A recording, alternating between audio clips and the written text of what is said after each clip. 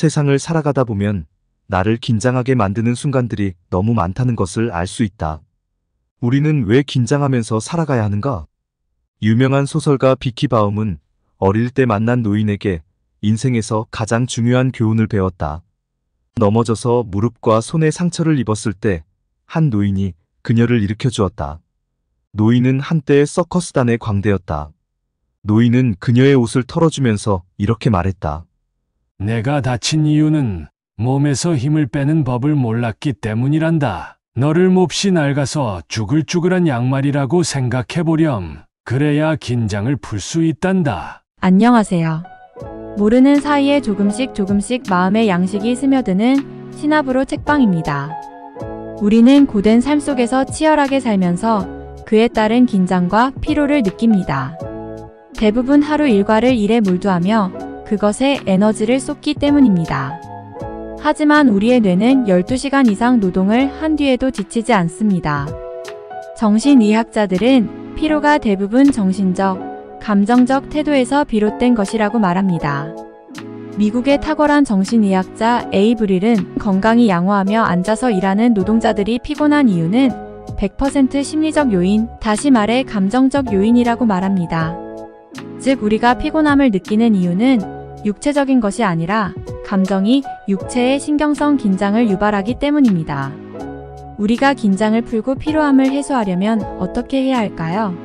카네기는 자기관리론을 통해 피로와 걱정을 예방하고 의욕을 높이는 방법을 6가지로 제안합니다. 이 방법을 통해 여러분의 삶에 활력이 되기를 기대합니다. 7부 피로와 걱정을 예방하고 활력과 의욕을 높이는 6가지 법칙. 1장 하루 1시간 더 활동할 수 있는 비결. 편안한 상태에서는 걱정을 계속할 수 없다.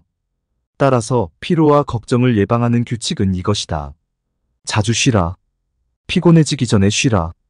이 규칙이 왜 중요할까? 피로는 놀라울 만큼 빠른 속도로 쌓이기 때문이다.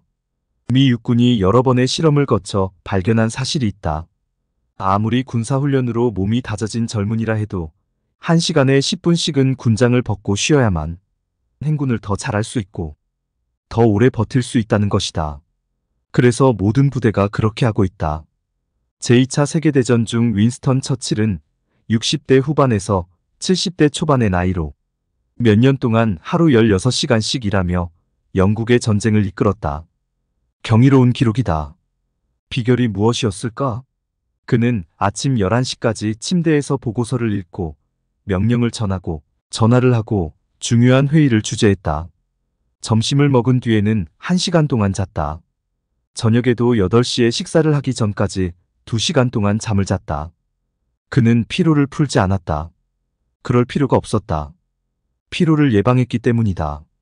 자주 휴식을 취한 덕에 그는 건강하고 활기찬 상태로 자정이 한참 넘어서까지 일할 수 있었다. 미국의 천재 존 록펠러는 엄청난 기록을 2가지나 세웠다. 역사상 유례없는 부를 축적했으며 98세까지 장수했다. 그가 매일 정오에 사무실 소파에 누워 30분씩 낮잠을 자는 습관 덕분이었다. 아무리 미국 대통령이라고 해도 그 시간만큼은 그와 통화를 할 수 없었다. 육체 노동자들은 많이 쉴수록 더 많은 일을 할 수 있다.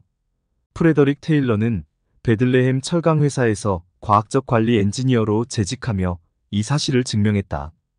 그는 노동자 한 사람이 하루에 대략 12.5톤의 선처를 화물차에 실어 올렸고 정오가 되면 몹시 지친다는 사실을 발견했다. 테일러는 피로와 관련된 모든 요소를 과학적으로 연구한 다음 노동자 한 명이 하루에 옮길 수 있는 선철의 양은 12.5톤이 아니라 47톤이라고 결론지었다. 노동자들이 지치지 않고 지금보다 4배 더 일해야만 달성할 수 있는 수치였다. 그는 자신의 결론을 증명하기 위해서 슈미트라는 일꾼을 선택하고 그가 스톱워치에 맞춰 일하도록 했다. 한 사람이 스톱워치를 보면서 슈미트에게 지시했다. 이제 선처를 들고 걸어가세요. 이제 앉아서 쉬세요. 다시 일을 시작합니다. 자, 이제 쉬세요. 결과는 어땠을까? 다른 사람이 하루에 12.5톤을 옮길 때 슈미트는 무려 47톤을 옮겼다. 그 후에도 슈미트의 작업량은 줄어들지 않았다. 그가 다른 사람보다 훨씬 많은 일을 할 수 있었던 이유는 피로를 느끼기 전에 쉬었기 때문이다.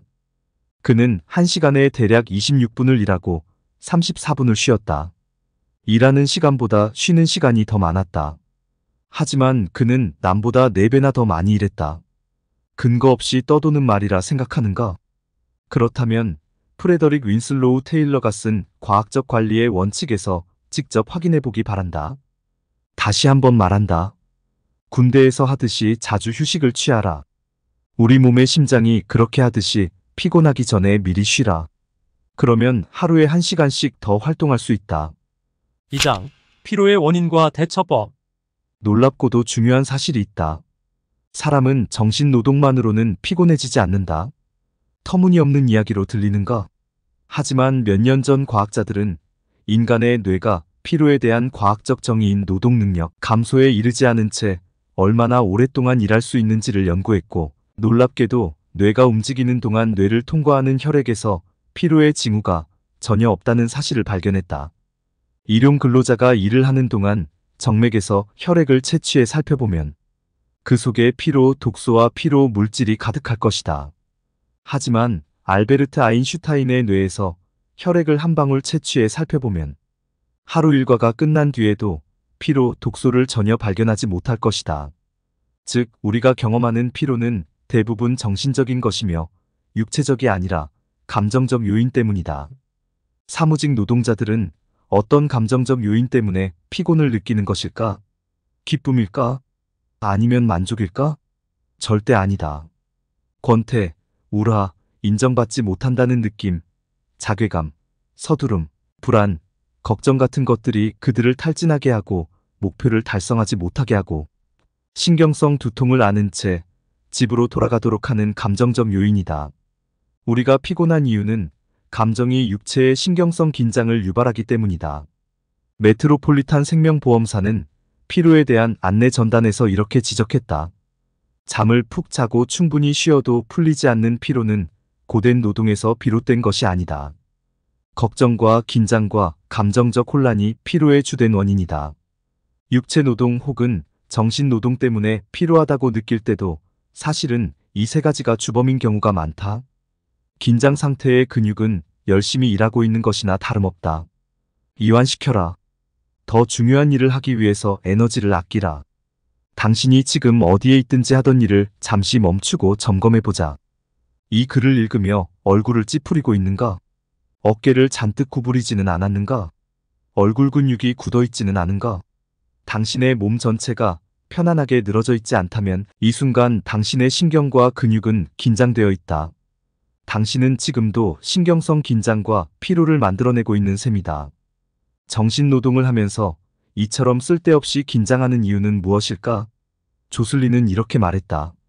사람들은 대체로 열심히 노력한다는 기분이 들어야 고된 노동을 했다고 생각하며 그렇지 않으면 일을 제대로 하지 않았다고 생각한다.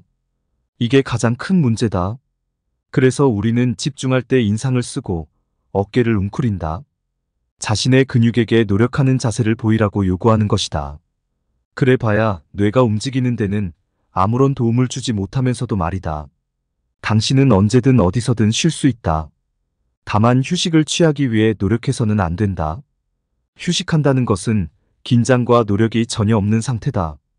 편하게 긴장을 푼다는 생각만 하라. 일단 눈 근육과 얼굴 근육을 이완시키며 지속적으로 말하라.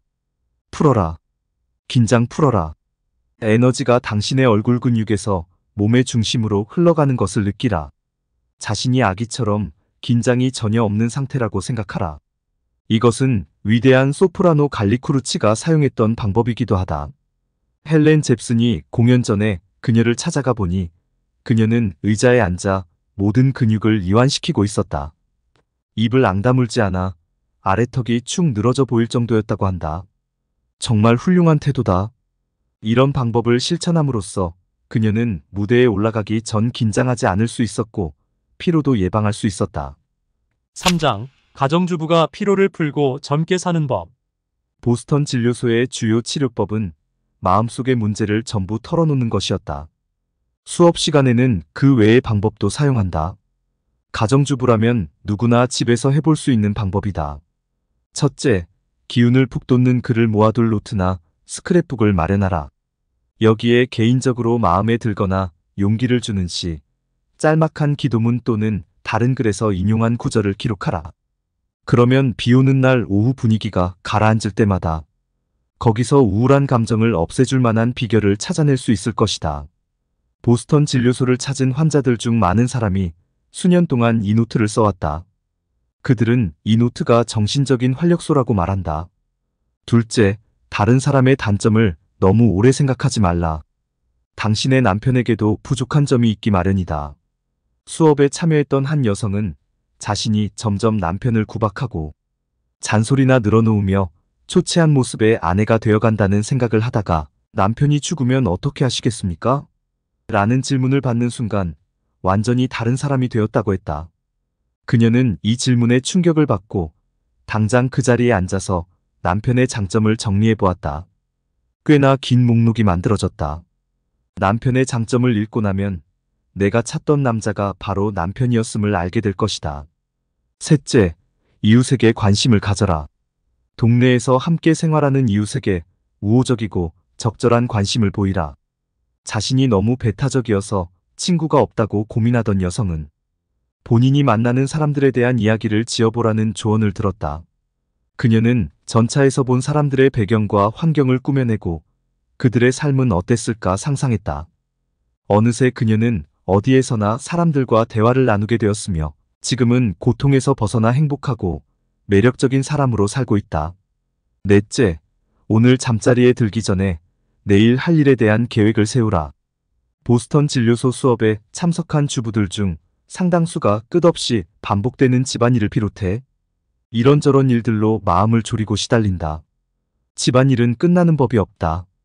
가정주부들은 항상 시간에 쫓긴다. 조급한 마음과 걱정을 해소하기 위해 다음날 계획을 미리 세워보라고 조언하자. 어떤 일이 벌어졌을까? 그들은 더 많은 일을 했고 그러면서도 피로를 덜 느꼈다. 자부심과 성취감이 충족되었으며 휴식을 취하거나 자신을 단장할 여유도 얻었다. 다섯째, 긴장과 피로를 피하라. 쉬고 또 쉬라. 긴장과 피로는 사람을 늙어 보이게 만든다. 당신의 생기 넘치는 외모에 그보다 큰 위협은 없다. 소장인 폴 존스는 우리가 앞에서 이미 논의했던 원칙, 즉 휴식을 취하는 규칙들에 대해 설명했다.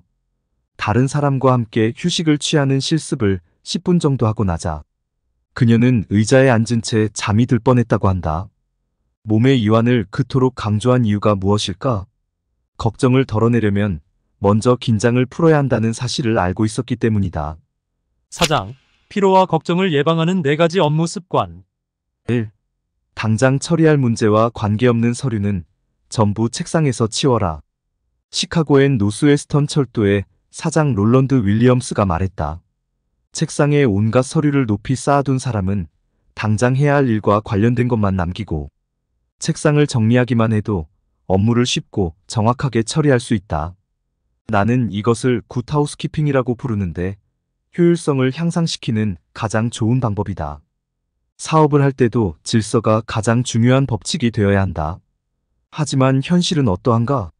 일반적으로 직장인들의 책상에는 쳐다보지도 않는 서류가 어수선하게 널려 있다. 뉴올리언스의 한 신문사 발행인은 비서가 자기의 책상을 치워주다가 2년 동안 행방이 묘연했던 타자기를 찾은 적도 있다고 털어놓았다. 복잡한 책상은 해야 할 일이 산더미인데 시간이 부족하다는 사실을 끊임없이 상기시키며 사람들을 긴장하고 피로하게 할 뿐 아니라 심지어 고혈압, 심장병, 위궤양을 앓을까봐 걱정하게 만든다. 2. 중요한 순서대로 일을 처리하라. 미국 최고의 보험 영업사원 중 한 명인 프랭크 베트거는 계획을 세우기 위해 새벽 5시까지 기다릴 수 없었다고 한다. 그는 전날 밤에 계획을 세우고 목표를 정했다. 만약 목표량을 채우지 못하면 다음날 그만큼의 양을 목표에 더하는 시기였다. 오랜 경험을 통해 사람이 항상 중요한 순서대로 일을 처리할 수는 없음을 알고 있다. 하지만 어떤 일을 먼저 처리할지 계획을 세우는 편이 상황에 그때그때 대처하는 것보다 훨씬 낫다는 사실도 안다. 3. 문제에 직면했을 때 의사결정에 필요한 사실은 그 자리에서 해결하라.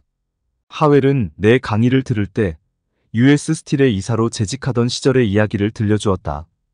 이사회에서는 많은 문제를 다루었는데 아무런 결론도 내지 못한 채 회의를 질질 끈 적이 많았다고 한다. 그래서 이사진 모두 산더미 같은 과제를 들고 퇴근하곤 했다. 결국 하웰은 한 번에 하나씩 문제를 다루고 결론을 낸 다음 차후 문제를 논의하자고 이사진을 설득했다. 더 이상 질질 끌고 미루지 말자는 이야기였다. 어떤 일을 결정하기 위해서 추가 조사가 필요한 경우도 있었고 무엇을 하거나 하지 말아야 할 수도 있었다. 하지만 다른 문제를 논의하기 전에 이미 앞선 문제에 대한 결정을 내려야 했다. 그 결과 하웰은 놀랍고도 유익한 결과가 도출되었다고 말했다. 더 이상 다룰 의제가 쌓여있는 법이 없었고 회의도 눈에 띄게 줄어들었다. 4. 조직하고 위임하고 관리하는 법을 익혀라. 많은 직장인이 너무 이른 시기에 자기 무덤을 파고 있다. 자기의 일을 다른 사람에게 위임하지 못하고 혼자서 다 하려 들기 때문이다. 그렇게 하다가는 세부적인 일들이 끝없이 이어져 혼란에 빠질 것이다. 결국 시간에 쫓겨 조급해지며 걱정과 불안과 긴장감에 시달릴 뿐이다. 물론 권한을 위임하기란 쉽지 않다. 내게도 무척 어려운 일이다. 엉뚱한 사람에게 권한을 위임한 결과로 끔찍한 경험을 한 적도 있다. 이렇게 권한 위임이 어렵기는 하지만 관리자라면 걱정, 긴장, 피로를 피하기 위해서라도 반드시 그렇게 해야 한다. 5장. 피로, 걱정, 분노를 일으키는 주범. 컬럼비아 대학교의 에드워드 손다이크 박사는 젊은이들을 대상으로 피로에 대한 실험을 했다. 피실험자들에게 끊임없이 관심거리를 제공하면서 거의 일주일 동안 재우지 않은 적도 있다. 여러 가지 연구 끝에 그는 이렇게 말했다. 지루함이야말로 생산성을 떨어뜨리는 유일하고도 실제적인 원인이다. 당신이 정신노동을 하는 사람이라면 업무량이 많아 피곤해지는 경우가 드물다. 당신은 업무 외의 일 때문에 지치는 것일지도 모른다. 예를 들어 일이 잘 풀리지 않았던 지난주를 떠올려 보라. 편지에 답장을 못했고 약속도 깨졌다. 이런저런 문제가 생기고 모든 일이 뒤죽박죽이었다. 아무것도 얻지 못하고 탈진해서 집에 들어왔다. 머리는 깨지는 듯 아팠다. 다음 날은 모든 일이 잘 돌아갔다. 전날에 비해 40배나 더 많은 일을 했다. 하지만 활력이 넘치고 생생한 상태로 집에 돌아왔다. 누구나 그런 경험이 있을 것이다. 나도 마찬가지다. 피로는 일 때문이 아니라 걱정, 좌절, 분노 때문에 생겨난다는 교훈을 가슴에 새겨야 한다. 올바른 생각을 하면 아무리 싫은 일이라도 덜 싫어질 수 있다. 당신의 상사는 당신이 일을 좋아하길 바란다. 그래야 자신이 돈을 더 많이 벌 수 있기 때문이다. 하지만 상사가 무엇을 원하는가? 따위에는 개의치 말자. 일에 흥미를 갖는 것이 당신에게 어떤 영향을 미치는지만 생각하라. 그렇게 하면 2배 더 행복한 삶을 살 수 있다는 것을 기억하기 바란다. 우리는 깨어있는 시간의 절반을 일하면서 보내기 때문이다. 만약 일에서 행복을 느끼지 못한다면 어디에서 찾을 것인가? 일에 흥미를 느끼면 걱정이 사라지고 결국 승진과 임금 인상이 따른다. 설사 그렇게 되지 않는다 해도 피로는 최소한으로 줄어들며 여가 시간을 즐기는데 커다란 도움이 될 것이다. 6장. 불면증을 걱정하지 않는 법. 몹시 지치면 걸으면서도 잠을 잘 수 있다. 내가 13살 때의 일이다. 아버지는 미주리주 세인트조에 돼지를 팔러 가셨는데 화물차 한 대에 돼지들을 태우자 공짜 열차표 2장이 나왔다. 그래서 나를 데리고 가셨다. 그때까지 나는 인구 4만 명이 넘는 도시에 가본 적이 없었다. 그러니 인구 6만 명에 달하는 세인트조에 내렸을 때 얼마나 들떠 있었겠는가? 무려 6층이나 되는 고층 건물은 처음 보았고 그보다 신기했던 것은 전차였다. 지금도 눈을 감으면 그때의 광경이 생생하게 떠오른다. 내 인생에서 가장 흥분된 하루를 보낸 후 아버지와 나는 다시 미주리주로 돌아오는 기차를 탔다.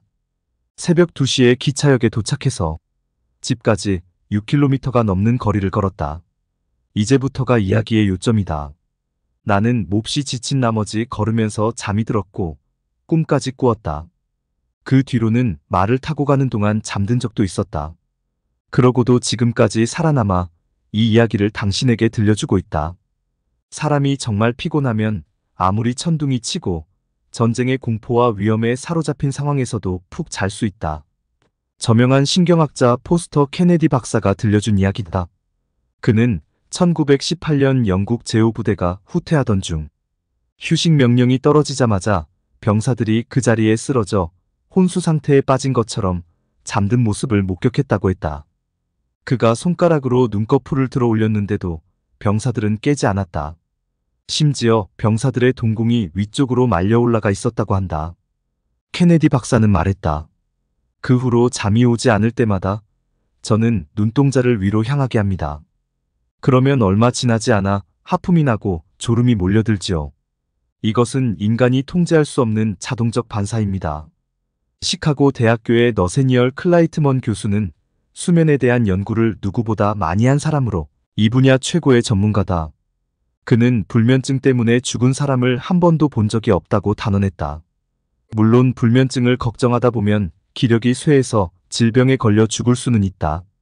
하지만 이때도 불면증 자체가 아니라 불면증에 대한 걱정으로 문제가 생겨나는 것이다. 수면 부족으로 죽은 사람은 없다는 사실을 기억하라. 잘 들으셨나요? 피로와 긴장은 우리의 감정에 의하여 일어나며 그에 대해 걱정할 필요는 없다고 저자는 말합니다. 피로를 해소하고 삶의 활력을 불어넣는 방법은 다음과 같습니다. 1. 피곤해지기 전에 쉬라. 2. 긴장을 풀고 일하는 법을 배우라. 3. 가정주부라면 집에서 편히 쉬며 건강을 돌보고 외모를 가꾸라. 4. 4가지 좋은 업무 습관을 적용하라. 당장 처리할 문제와 관계없는 서류는 전부 책상에서 치우라. 중요한 순서대로 일을 처리하라. 문제에 직면했을 때 의사결정에 필요한 사실을 알고 있다면 미루지 말고 그 자리에서 문제를 해결하라. 조직하고 위임하고 관리하는 법을 익히라. 5. 걱정과 피로를 예방하려면 열정적으로 일하라. 6. 수면 부족으로 죽은 사람은 없다는 사실을 기억하라. 불면증이 아니라 불면증에 대한 걱정이 사람을 해친다. 위 6가지 사항을 기억하여 여러분의 삶에 피로가 활력으로 전환되기를 바랍니다. 이 영상을 시청하신 여러분은 어제보다 더 나은 오늘이 될 것입니다. 이상 신압으로 책방이었습니다. 안녕.